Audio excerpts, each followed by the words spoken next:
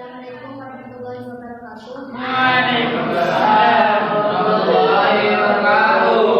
Di sini saya akan menjelaskan tentang upaya penyelesaian masalah dalam keberagaman masyarakat Indonesia. Indonesia memiliki berbagai macam keberagaman, baik itu dari agama, suku, ras, bahasa, budaya, dan lain-lainnya. Dan setiap keberagaman pasti terjadi suatu permasalahan, antara lain contohnya seperti konflik antar suku. Contohnya yang dulu itu konflik antar suku Dayak dan suku Madura. Terus yang kedua konflik antar agama. Contohnya seperti konflik antar agama Islam versus konflik antar agama Nasrani. Saat ini saya akan membahas 3 permasalahan. Yang pertama masalah sosial budaya, yang kedua masalah ekonomi, yang ketiga masalah gender. Jadi masalah yang pertama yaitu masalah sosial budaya. Sosial adalah sikap suka memperhatikan kepentingan umum, seperti suka menolong, menderma, dan sebagainya. Sedangkan sosial budaya adalah kehidupan masyarakat yang berkaitan dengan budaya yang terdapat di dalam suatu masyarakat yang saling berinteraksi, sehingga dapat mempengaruhi nilai-nilai sosial yang menjadi ciri masyarakat tersebut.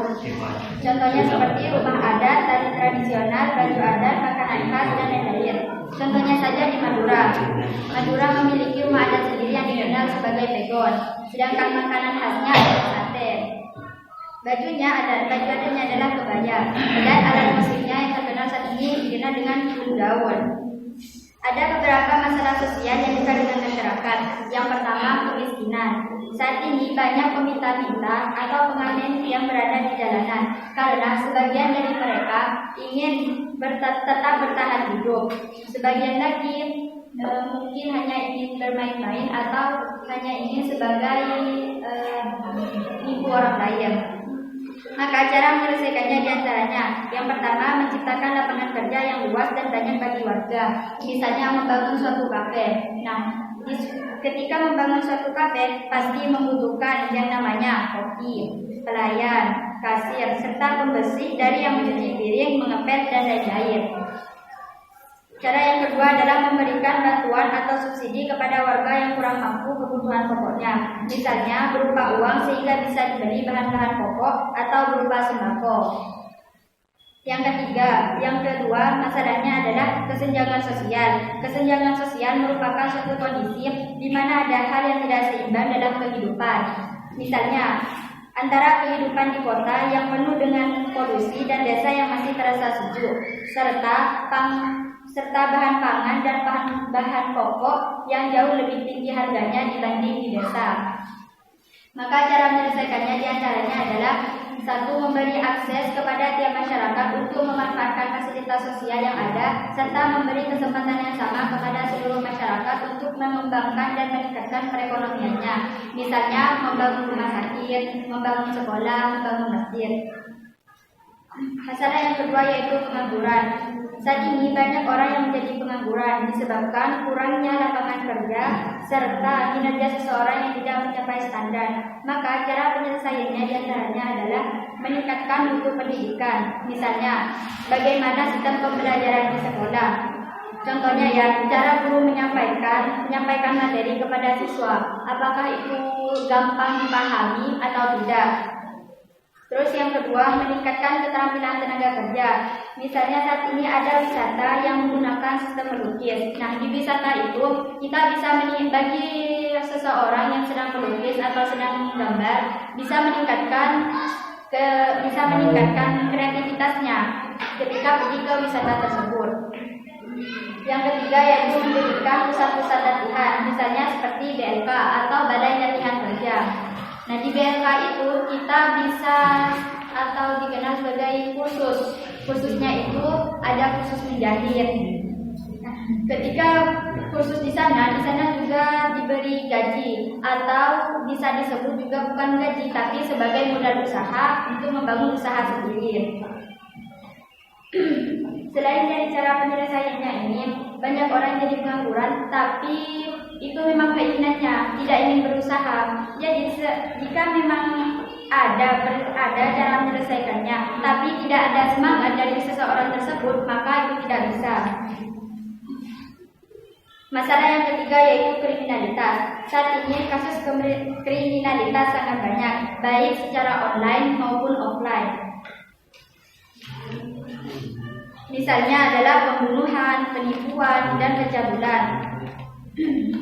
Banyak kan saat ini yang pencabulan itu menggunakan atau enggak kirim video atau kirim apa lewat WA atau enggak ya pakai website itu. Maka cara menyelesaikannya adalah satu, menjunjung tinggi norma dan agama di masyarakat. Dua, menciptakan lapangan kerja. Tiga, tidak ada perbedaan perlakuan berdasarkan tingkatan ekonomi. Misalnya antara anak pejabat dan anak tukang tani itu dibeda-bedain karena anak pejabat jadinya disanjung, selalu dipuji-puji, sedangkan yang anak tukang tani itu dikucilkan. Masalah yang keempat yaitu kenakalan remaja. Banyak anak-anak remaja yang hilang kendali atau nakal. Faktornya bisa dari berbagai hal seperti dibanding-bandingkan, melihat keluarga atau ayah ibunya bertengkar, serta adanya kelainan perlakuan dari setiap orang. Maka cara menyelesaikannya diantaranya: satu, komunikasi yang tepat. Jadi jika ada masalah, jangan pas langsung pakai kekerasan. Kita bisa berkomunikasi secara baik-baik. Terus yang kedua, yaitu memahami perasaan remaja. Setiap orang pasti memiliki rasa ingin dihargai. Jadi kalau menurut saya dari sikap yang paling harus dijunjung tinggi adalah menghargai. Karena jika tidak menghargai satu sama lain, maka itu akan terlihat sangat buruk, bisa menyebabkan permasalahan apa saja. Terus yang ketiga yaitu mengendalikan diri.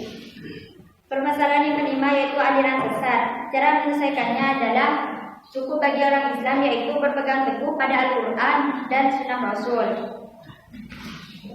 Dua, masalah ekonomi. Ekonomi adalah ilmu yang mempelajari berbagai aktivitas perilaku manusia atau makhluk sosial, yaitu berupa kegiatan produksi, distribusi, dan konsumsi terhadap barang dan jasa. Ada beberapa masalah ekonomi. Yang pertama, kebutuhan manusia yang dapat mengkonsumsi barang dan jasa tanpa batas. Maka cara penyelesaiannya adalah menyadari trade-off.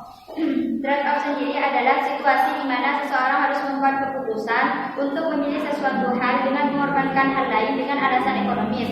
Misalnya, suatu perusahaan ingin mengadakan suatu acara yang besar-besaran, maka perusahaan harus rela mengeluarkan dana yang besar agar acara itu dapat berjalan dengan lancar. Yang kedua yaitu kelangkaan. Saat ini banyak terjadi kelangkaan, baik itu dari flora maupun fauna yang disebabkan oleh perburuan yang meningkat serta penebangan pohon yang tidak ada henti-hentinya. Misalnya saja di Indonesia bunga rafflesia. Bunga rafflesia itu hanya ada satu di Indonesia.